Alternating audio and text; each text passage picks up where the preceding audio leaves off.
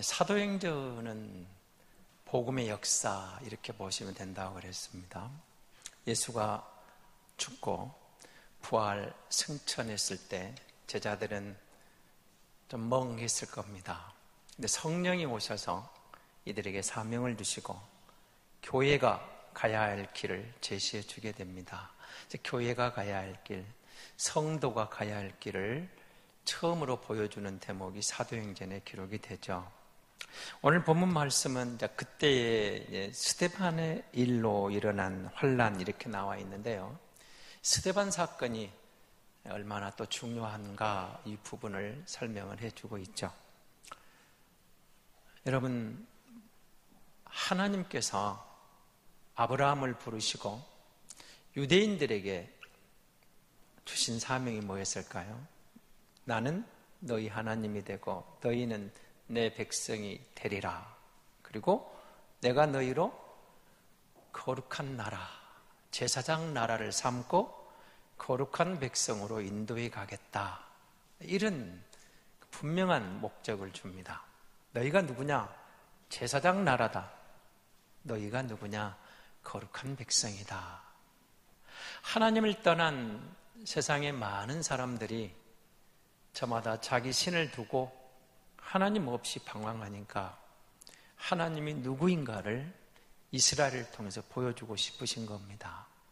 그리고 저들을 제사장 나라 삼아서 인간이 누구냐? 하나님을 섬기고 사는데 진정한 의미가 있다. 깨닫게 해주고 싶었던 거죠. 그리고 이스라엘, 이들을 거룩한 백성으로 세상을 살아가면서 하나님 말씀에 주목하고 하나님을 경배했더니, 하나님을 의지했더니 세상을 이길 수 있더라. 세상에 살아갈 수 있더라. 이걸 보여주고 싶었던 거죠. 그런데 유대인들이 이 사명을 감당을 못합니다. 하나님을 우리 하나님으로, 나의 하나님으로 가둬두고 있는 거죠. 거기까지는 좋아요. 그러다가 또 하나님을 배신합니다. 그러니까 하나님도 섬기고 우상도 섬기고 이런 식으로 반복해 나가죠. 근데 오늘 본문은 이제 사도행전을 통해서 우리에게 주시는 말씀이 있습니다. 복음은 진리고 진리는 어느 한 구석에 가둬둘 수 없다. 복음은 확장되어 가야 된다. 구약 성경도 마찬가지. 유대인의 하나님으로 머물러 있고 싶지 않으셨던 거예요. 열방을 향하여 이런 하나님이 참신이다. 유대인을 통해 보여주고 싶으신 거죠. 그리스도를 보내서 예수 믿음으로 구원받은 구원의 길, 진리를 여신 하나님은 유대인 안에 머물러 있기를 원하지 않으신 겁니다. 그래서 복음이 확장되기를 원했지만 이 백성이 그 사명을 망각합니다. 복음이 예루살렘에 머물러 버려요. 근데 사실 예루살렘은 중요한 도시죠. 하나님의 성전이 있죠. 그리고 예수님이 그곳에 십자가를 지고 그곳에서 죽으시고 그곳에서 부활하셨어요. 그러니까 뗄 수 없는 그런 일종의 시온성이라는 의미로도 있고 모든 예수의 역사가 예루살렘과 떠나서는 존재할 수가 없었습니다. 그리고 부활하시고 승천하고 성령이 오셨지만 여전히 복음은 예루살렘 안에 머물러 있었습니다. 근데 하나님은 스데반의 순교를 통해서 복음을 흩어지게 합니다. 성도들이 흩어짐으로 이 흩어진 무리들에 의해서 복음이 오늘 보면 19절은 그렇게 말하죠. 베니게로 갑니다. 구브로로 갑니다.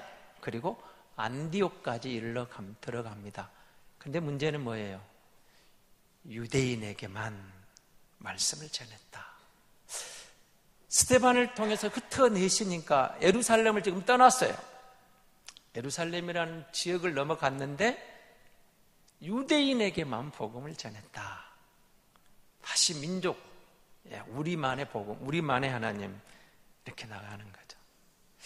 유대인들은 그런 어떤 민족적인 자부심, 자긍심이 아주 강했습니다. 제가 여러분을 이런 질문을 한번 던지고 싶은데요.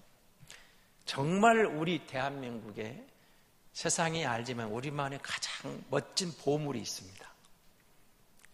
우리 민족의 자랑, 우리 민족의 자긍심. 그런데 이 좋은 것을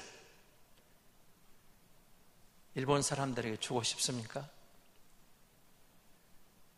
한번 여러분에게 물어보세요. 이 좋은 것을, 우리 민족이 이 좋은 것을 일본 사람들이 갖다 주고 싶다. 별로 안 주고 싶을 겁니다. 다른 데는 줄지 말고 거기만은 안 주고 싶다. 이런 생각이 올 수 있어요. 유대인들이 하나님에 대한 우리가 택함 받았다, 우리가 그의 백성이다, 이런 자긍심을 가진 것은 좋았어요. 그렇지만 복음을 예루살렘 안에, 자기 민족 안에 가둬버린 것은 하나님의 뜻이 아니었습니다. 하나님의 뜻이 분명히 아니었습니다. 그래서 그 다음 절에 보시면 구브레에서 온 사람, 구레네에 온 사람들이 용감하게 안디옥에서 헬라인에게, 다른 말로 하면 이방인에게 복음을 전했어요. 그런데 그 이방인들이 복음을 받아들이는 겁니다. 복음을 받아들여요. 예루살렘을 넘어서, 유대인을 넘어서, 그리고 이 복음은 모든 민족에게 전파되길 원하신 거죠. 사실 예루살렘에서는 이미 사도들의 복음을 전할 때 놀라운 역사가 나타났습니다. 3,000명이 돌아옵니다. 5,000명이 돌아옵니다. 어마어마한 사건들이죠.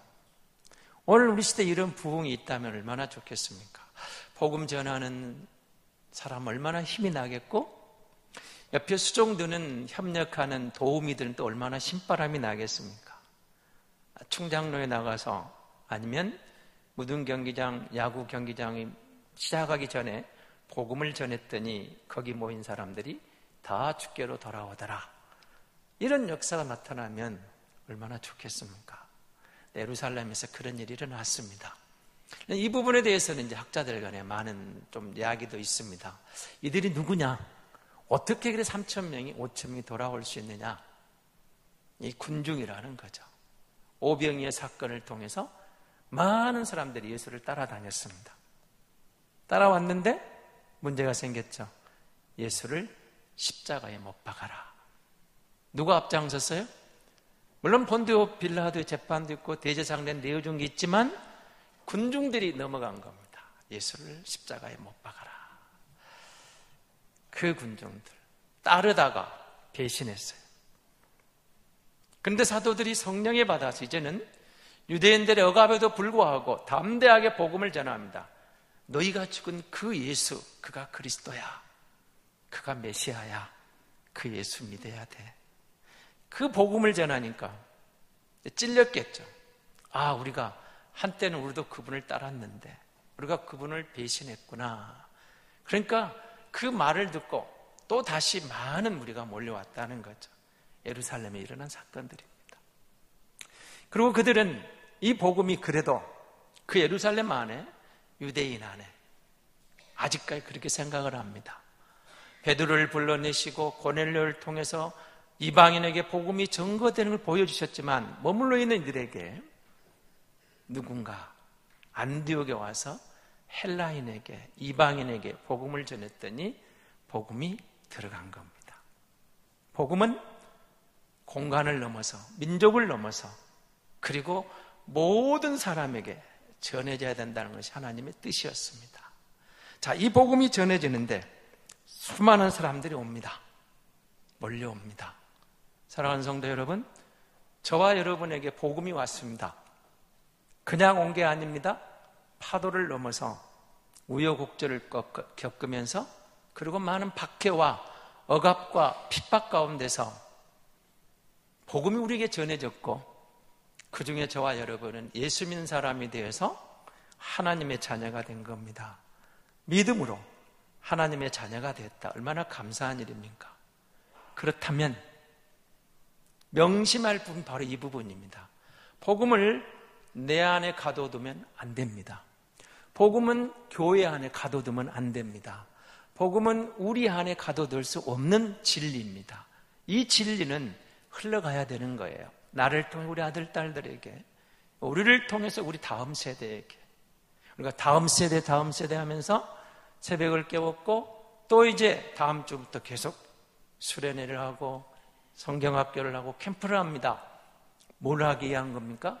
이 아이들에게 생명의 줄을 증거하기 위해서요. 그리고 이 아이들이 어른이 되어서 이제 복음을 또 다음 세대에게, 감사하게도 우리는 세계 선교에 이제 2국이 되어 있거든요. 미국 다음으로 대한민국이 선교사를 많이 파송하고 있습니다. 그런데 조금 이 부분에 우리가 감사하면서도 아쉬운 부분이 제 생각을 고민하고 기도하는 게 있습니다. 복음 우리 안에 머물러서는 안 돼요. 가둬두면 안 돼요. 선교는 누가 뭐라 해도 교회의 제1사명입니다. 교회의 존재 목적이 복음을 전하는 겁니다. 복음을 전하지 않는 교회라면 존재 목적이 없습니다. 의미가 없는 거예요. 반드시 복음을 전하는 게 제1사명입니다. 그런데 여러분 영국을 한번 보시기 바랍니다. 제가 영국에서 그때 느낀 게 그거예요. 그때 선교에 정말 열중을 했는데 그때 영국 교회가 이슬람에 넘어가고 술집에 넘어가고 많은 교회가 넘어가고 있었습니다. 근데 지금 영국은 문화는 그래도 전통에서 기독교 문화가 있습니다만은 지금은 오히려 이슬람이 더 많습니다. 잘 아시는 영국 시장이 지금 이슬람 신도입니다. 그만큼 그들에게 이제 세가 되는 거죠. 그게 무슨 말이에요? 우리가 선교와 전도를 구별하면 안 돼요. 둘 다 선교, 전도는 복음 전하는 겁니다. 그래서 해외 선교를 하고 국내에 여러분 우리 다음 세대에게, 우리 이웃에게 복음을 전하는 것은 별개의 일이 아닙니다. 같은 일입니다. 선교와 전도는 같은 선상에서 보셔야 돼요. 그래서 반드시 동행해야 됩니다. 여러분 모교회를 한번 기억해 보십시오. 혹시 여러분이 고향에 가시면 여러분이 시골교회, 농어촌, 그리고 도시 작은 교회들, 우리는 그런 교회를 안고 기도해야 됩니다. 그리고 정말 작은 교회가 살아나도록 해야 될 거고, 할 수 있으면 여러분 고향 교회를 협조해 줘야 돼요. 그들 교회가 살아나야 돼요. 작은 교회가 살아나야 됩니다. 우리가 흔히 그런 말 하죠. 집도끼를 놓치는 경우. 그래서요. 선교를 제1순위로 하다가 집도끼, 우리 자체적인 교회 문제, 우리 안에 있는 문제가 허물어지면 선교도 동력을 놓쳐버리는 겁니다. 같이 가야 됩니다. 선교와 전도는 다른 게 아닙니다. 민족이 다르고 언어가 다른 곳으로 가는 선교지만 전도는 같은 민족, 같은 언어권에서 가는 전도겠죠? 그러나 별개가 아닙니다. 하나님은 이 두 가지를 같이 하게 하시는 겁니다. 그리고 우리가 우리 아들, 딸들에게 다음 세대의 복음을 전하는 거예요. 복음은 확장돼야 돼요. 예루살렘을 넘어가야 돼요. 유대인을 넘어가야 돼요. 그 복음이 오늘 우리에게 왔어요. 복음이 나를 넘어가야 돼요. 나를 뛰어넘어갔는데 어떻게 왔습니까? 그게 어떻게 뛰어넘어가죠? 오늘 본문은 그렇게 증거를 했습니다. 스데반의 일로 일어난 환난으로 그렇게 되어 있어요. 이건 좀 역설이죠. 환난이 왔어요. 여러분, 환난을 좋아하는 사람 저는 없다고 생각하거든요. 정말 그렇습니다. 아무리 신앙이 좋다고 해도 우리가 환난을 좋아할 사람이 누가 있겠습니까? 그런데 여러분, 우리가 정말 그 환난이 복음을 전하는 도구가 되었다. 하나님의 뜻을 이루어가는 도구가 되었다. 이것은 의미하는, 시사하는 바가 큰 겁니다. 한번 여러분 잘 생각해 보시기 바랍니다. 지금 여러분 예배자로서 있습니다. 예수 믿기 때문에 주일을 예배자로 와 있어요. 지난 한 주간 여러분에게는 많은 일이 있었습니다. 일주일 동안 개인적인 일, 가정의 일, 그리고 광주에 일어난 일, 그리고 이민족, 대한민국이 겪고 있는 일들, 많은 일들이 일어났습니다. 어떻습니까? 하나 묻겠습니다. 지금 여러분이 안고 있는 그 문제는 하나님의 뜻입니까? 내가 아파하는 그 부분, 내가 힘들어하는 그 부분, 하나님의 뜻으로 밝히 이해가 됩니까? 사실은 우리는 하나님의 뜻을 잘 모릅니다. 몰라요.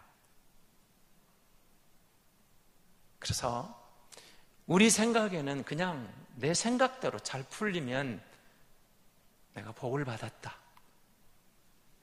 내 생각대로 잘 안 풀리면 흔히 너무 쉽게 이야기하려 내가 뭘 잘못했나 이렇게 생각하려고 합니다. 근데 성경은 그렇게 우리에게 답하지 않습니다. 내 생각대로 흘러가든 내 뜻대로 안 되든 그것이 이것은 하나님 뜻이고 이것은 하나님 뜻이 아니고 우리가 쉽게 판단할 문제가 아니라는 거죠. 환난마저도 여러분 스데반이 죽었어요. 당시 곁에 있던 경건한 성도들이 좋아했겠습니까? 아니죠. 아팠어요. 마음이 아팠어요. 울고 그들을 위해 슬퍼했죠. 스데반을 위해서. 그런데 하나님은 그의 죽음을 통해서 복음이 예루살렘을 뛰어넘게 한 거예요. 복음이 유대 민족을 뛰어넘게 하시는 거예요. 하나님의 뜻이 어디 있을까? 잘 모를 때가 많습니다. 저는 어제 밤에 친구한테 문자가 하나 왔습니다. 우간다에 선교사로 가 있는 친구인데요. 그 친구가 저에게 보낸 문자는 이렇게 되어 있습니다. 저 입학 동기인데 한 2년 공부하고 같이 했고 저희가 신대원이 3년인데 휴학을 했기 때문에 졸업은 저하고 다른 친구가 하나 있습니다. 서울대학을 나와서 정말 인재였습니다. 근데 이 친구가 정말 예수님께 미친 사람이었습니다. 그래서 실력도 좋았고 여러분 혹시 성경 번역 성교회 GBT라는 곳을 아시는가 모르겠습니까? 언어가 있는 데 가서 그 언어를 번역해내는 것은 조금 더 쉬울 수 있습니다. 그런데 지상에는 많은 부족들 가운데는 언어는 있는데 문자가 없는 데가 제법 많습니다. 문자가 없어요. 그럼 GBT는 이런 사람들입니다. 문자가 없는 데 가서 문자를 만들어 가지고 그 문자로 그들의 성경을 만들어준 사명을 갖고 뛰어들어가는 거. 그러니까 우리나라 세종대왕 역할을 하는 거예요. 문자를 만들어주고 그 문자로 그들의 언어로 성경을 만들어주고 이게 성경 번역 성교회거든요. 실력 있는 사람들이 하는 거죠. 이 친구가 거기에 헌신을 하고 지금까지 왔는데 그 문자에는 이렇게 보내왔습니다. 다른 친구가 보낸 겁니다. 그 사모님이 위급합니다. 특별 기도가 필요합니다. 생명의 사선을 드나들고 있습니다. 기도했는데 1시간쯤 전 다시 문자가 왔습니다. 사모님이 소천하셨습니다. 여러분, 제 친구입니다. 그럼 사모님 제 친구보다 나이가 좀 더 어리니까 그 사모님이 연세를 한번 추정을 해보시기 바랍니다. 그렇게 많은 나이는 아니거든요. 이제 50대 후반이거든요. 그럼 여러분 생각해 보세요. 이 땅에서 얼마든지 잘 먹고 잘 살 수 있는 그런 조건들을 다 갖췄었는데 다 내려놓고 예수님이 좋아서 문자가 없는 곳에 가서 그 어려운 지역에 들어가서 글을 만들어주고 그대로 성경을 만드는 그런 사역을 해오던 이 부부에게 왜 그 사모님의 50대 반에 이렇게 빨리 하나님은 데려가셔야 되는가? 여러분, 제가 목사지만 이게 하나님 뜻입니까? 제가 이해할까요? 받아들일 수 있을까요? 솔직히 말씀드리면 이해 못해요. 이해 못합니다. 하나님 저는 이해 못합니다. 여러분, 우리가 그 순간에 힘들 때, 어려울 때, 내가 납득이 하는 사건이 터졌을 때 이게 하나님의 뜻입니다 라고 누가 말하면 옆에서 말하기는 쉬울지 모르지만 당사자는 받아들이기 어려운 게 너무 많아요. 여러분은 어떻습니까? 지난 한 주간의 그 문제, 아니면 지금 주님 앞에 나와 예배하면서도 여러분이 겪고 있는 그 사건, 그 문제, 그 상황, 하나님, 나는 이해가 안 됩니다. 왜 내게 이런 일이 벌어져야 됩니까? 왜 우리에게 이런 아픔을 주셔야 됩니까? 하나님께 따지고 싶은 게 있죠? 있어요. 그런데 여러분, 성도가 고난을 대할 때, 고난 당하는데 우리가 달려가서 고난을 자처할 필요는 없지만 고난이 우리에게 다가왔을 때 그것 때문에 절망하지 말라는 거예요. 넘어지지 말라는 거예요. 그것 때문에 포기하지 말라는 거예요. 범사에 하나님을 인정하고 우리가 최선을 다할 때 결과는 하나님이 합력하여 선을 이루게 인도하시는 하나님이다, 그렇게 말하는 겁니다. 사실은 하나님의 뜻 잘 모를 때가 많습니다. 그리고 지나고 보니까, 지나고 나서 그때 이런 뜻이 있으셨군요 라고 이해할 수 있는 순간이 오기도 합니다. 근데 여러분 보세요. 하나님은 스데반의 죽음을 통해서, 순교를 통해서 복음을 확장시켜 나가고 계시는 겁니다. 그 다음 여러분 말씀을 보시기 바랍니다. 21절입니다. 어떻게 되어 있죠? 주의 손이 그들과 함께 하심에 수많은 사람들이 믿고 주께로 돌아왔습니다. 여러분, 복음 전도, 복음의 열매는 주의 손이 함께 하실 때, 성령이 역사할 때 아니면 안 되더라는 거예요. 성령이 역사할 때, 주의 손이 함께 할 때, 그러니까 우리가 복음을 전할 책임이 우리에게 있어요. 교회에 있어요. 우리 모두에게 있어요. 복음을 너에게 가둬두면 안 돼요. 내게 머물러 두면 안 돼요. 반드시 복음은 전달돼야 돼요. 흘러가야 돼요. 그 결과가 열매로 돌아오는 것도 주님 손에 있다는 겁니다. 그리고 여러분, 그 뒤에 보시기 바랍니다. 24절입니다. 바나바는 그리 되어 있어요. 바나바가 어떤 사람이라고요? 착한 사람이에요. 바나바가 어떤 사람이라고요? 착한 사람, 그리고 성령 충만한 사람, 믿음이 충만한 사람, 그렇게 되어 있어요. 여러분, 그 앞절에 보면, 사도행전 읽다 보면 그 요셉을 보고 뭐라고 하냐면, 스데반이, 여러분 순교당할 스데반을 보고 뭐라고 하죠? 성령과 믿음이 충만한 사람, 그랬죠. 요셉을 보고 뭐라고 해요? 칭찬 듣는 사람. 근데 지금 바나바는 뭐라고 그랬어요? 착하고 성령과 믿음이 충만한 사람. 그러니까 지금 사도행전에 이 바나바를 소개하면서 뭐라고 합니까?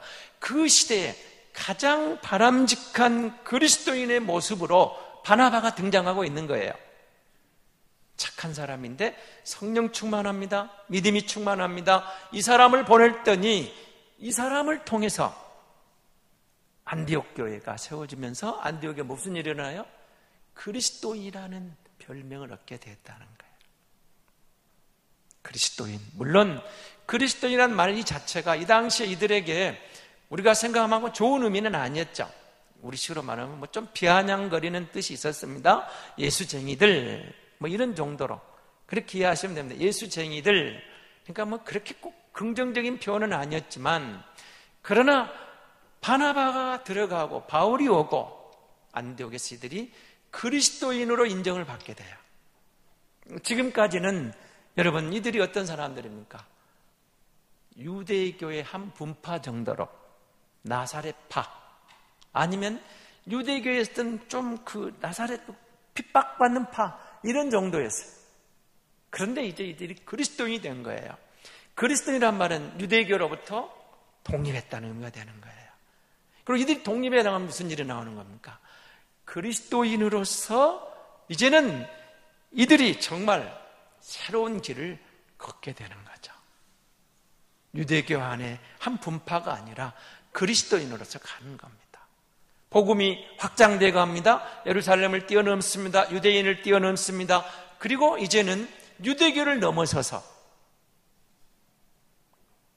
그리스도인이라는 이름으로 이들이 복음을 전하게 되는 겁니다. 하나님이 이들과 함께 하실 때 보십시오.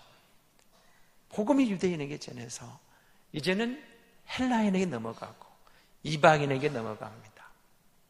거기에는 환난이라는 도구가 사용되었습니다. 그리고 거기에는 바나바와 같은 착한 사람, 성령 충만한 사람, 믿음이 충만한 사람이 쓰임받았습니다. 오늘 우리에게 복음이 왔습니다. 우리가 예수 믿는 사람입니다. 구원받은 하나님의 백성입니다. 이 복음은 내 안에 머물면 안 되는 겁니다. 1차적으로 우리 아들, 딸들에게 반드시 흘러가야 됩니다. 그 다음 세대입니다. 그리고 우리는 우리 교회에 들어온 유치부 아이들에게, 유초등부 아이들에게, 중고등부 아이들에게, 대학 청년 아이들에게 이 복음을 확실하게 심어줘야 됩니다. 이건 그냥 믿어도 좋고 안 믿어도 그만, 그게 아니라는 거예요. 복음을 통해서 그리스도를 만나는 것은 인생의 근본입니다. 근본, 출발점입니다. 이게 안 되면 안 된다는 거예요. 이 복음을 전해주는 겁니다. 복음을 전해주는 거예요. 하나님은 우리를 통해서 이 복음이 공간을 넘고 민족을 넘고 세대를 넘어서 다시 오실 주님을 만나는 그날까지 이 복음이 전달되기를, 확장되기를 원하신 겁니다. 아무리 좋다고 내 안에, 우리 안에 가둬놓고 머물면 안 된다는 겁니다. 사랑하는 성도 여러분, 그게 하나님 뜻입니다. 누가 뭐라 해도 복음이 나를 통해서 그 어디론가 흘러가야 되는 것은 하나님의 분명한 뜻입니다. 그건 부인할 수 없는 뜻입니다. 그래서 우리는 이 복음을 위해서 내가 어떻게 전해줄까? 어떻게 기도할까? 여러분, 기도하면서 우리가 복음이 나를 통해 누군가에 전달되는 것을 기대해야 됩니다. 그리고 예배하면서 내 곁에 나를 통해서 복음이 전달된 그가 함께 앉아 있다면 얼마나 감사한 일입니까? 아니면 최소한 여러분의 아들, 딸이 우리 엄마 때문에, 우리 아빠 때문에 내가 예수님을 만났고 다행이야. 나는 예수 믿는 엄마 때문에, 예수 믿는 아빠 때문에 그래도 내가 믿음의 후손이 된 것이 얼마나 감사한지 몰라. 이런 고백은 들을 수 있어야 되지 않겠습니까? 복음은 내 안에 머물면 안 됩니다. 우리 안에 머물러서도 안 됩니다. 반드시 확장돼야 됩니다. 이것이 분명한 하나님의 뜻입니다. 이 복음은 환난을 통해서도, 사람을 통해서도, 그리고 모든 방법을 총동원해서 전달되기를 하나님은 기대하고 계십니다.